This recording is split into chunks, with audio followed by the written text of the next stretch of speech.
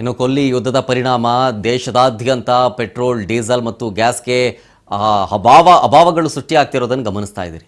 Iran Israel ಜಂಟಿಯಾಗಿ America ಮತ್ತು Israel ಜಂಟಿಯಾಗಿ ಇರಾನ್ ಮೇಲೆ ಸಾರಿರುವಂಥ ಯುದ್ಧದ ಎಫೆಕ್ಟ್.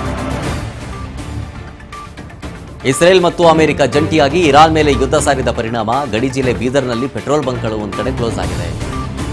ಪೆಟ್ರೋಲು, ಡೀಸೆಲ್, CNG ಏನು ಸಿಗ್ತಾ ಇಲ್ಲ. ವಾಹನ ಸವಾರರು ಪರದಾಡ್ತಾ ಇದ್ದಾರೆ. ಜಿಲ್ಲೆಯ ಬಹುತೇಕ ಪೆಟ್ರೋಲ್ ಬಂಕ್ಗಳಲ್ಲಿ ನೋ ಸ್ಟಾಕ್ ಬೋರ್ಡ್ ಅನ್ನೋ ಒಂದು ಬರಹ ಕಾಣಿಸುತ್ತೆ. ಬೀದರ್ ಬಾಲ್ಕಿ ರಾಜ್ಯ ಹೆದ್ದಾರಿಯಲ್ಲಿನ ಬಂಕ್ನಲ್ಲಿ ನೋ ಸ್ಟಾಕ್ ಬೋರ್ಡ್. ತೈಲ ಸಿಗದೇನೆ ನೆನೆಯಿಂದಲೂ ಟ್ರಕ್ಗಳೆಲ್ಲವೂ ನಿಂತಲ್ಲೇ ನಿಂತಿದೆ, ಮುಂದಕ್ಕೆ ಹೋಗಿಲ್ಲ. ನೋಡಿ, ನಿಂತಲ್ಲೇ ನಿಂತಿದ್ದಾವೆ ಟ್ರಕ್ಗಳೆಲ್ಲವೂ ಕೂಡ, ಮುಂದಕ್ಕೆ ಹೋಗಿಲ್ಲ. ಪೆಟ್ರೋಲ್ ಹಾಕ್ಸ್ಕೊಳ್ಳೋದಕ್ಕೆ ಅಂಥೇಳಿ ಗಾಡಿ ಒಳಗೆ ಹೋಗ್ತಿದ್ದಂಗೆ ಅಲ್ಲಿ ನೋ ಸ್ಟಾಕ್ ಪೆಟ್ರೋಲ್ ಅಂತ ಬರೆದು ಬಿಟ್ಟಿದ್ದಾರೆ. No stock diesel, no stock petrol.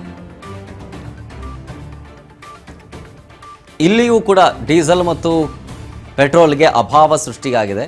ಬರಬೇಕಾಗಿರುವಂಥ load ಪ್ರಮಾಣ ಕಡಿಮೆ ಆಗಿದೆ. ಹಾಗಾಗಿ ಪೆಟ್ರೋಲ್ ಸಾಕಾಗ್ತಾ ಇಲ್ಲ, ಪೂರೈಕೆ ಆಗ್ತಾ ಇಲ್ಲ. ಪೂರೈಕೆ ಸಾಧ್ಯವಾಗದೇ ಇದ್ದಾಗ ನೋ ಸ್ಟಾಕ್ ಬೋರ್ಡ್ ಆಬ್ವಿಯಸ್ಲಿ ಬಿದ್ದೇ ಬೀಳುತ್ತೆ ಅಂತ ಪೆಟ್ರೋಲ್ ಬಂಕ್ ಮಾಲೀಕರು ಹೇಳ್ತಾ ಇರೋದು. ಬೀದರ್ ನಾವು ಹಾಸ್ಪಿಟಲ್ ಹೋಗ್ತಾ ಇದ್ದೀವಿ. ನಮ್ಮ ಫ್ರೆಂಡ್ಸ್ ಸ್ವಲ್ಪ ಆರಾಮಿಲ್ಲ ಸರ್. ಇಲ್ಲೇ ಹಲ್ಬರ್ಗಾಯಿಂದನೂ ಪೆಟ್ರೋಲ್ ಇಲ್ಲ ಸರ್. ಅಲ್ಲೂ ನೋ ಸ್ಟಾಕ್ ಬೋರ್ಡ್ ಹಾಕಿದ್ದಾರೆ, ಇನ್ನೂ ನೋ ಸ್ಟಾಕ್ ಬೋರ್ಡ್ ಹಾಕಿದ್ದಾರೆ. ಸ್ವಲ್ಪ ಆದರೂ ಬೇಕಲ್ಲ ಸರ್.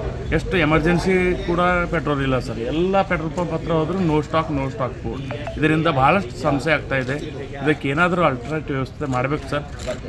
ಎಷ್ಟು ಬೇಕೋ ಅಷ್ಟಂತೂ ಇಲ್ಲ ಆದರೂ ಮಿನಿಮಮ್ ನಮಗೆ ಅವಶ್ಯಕತೆಗಿಂತ ಸ್ವಲ್ಪನಾದರೂ ಬೇಕು.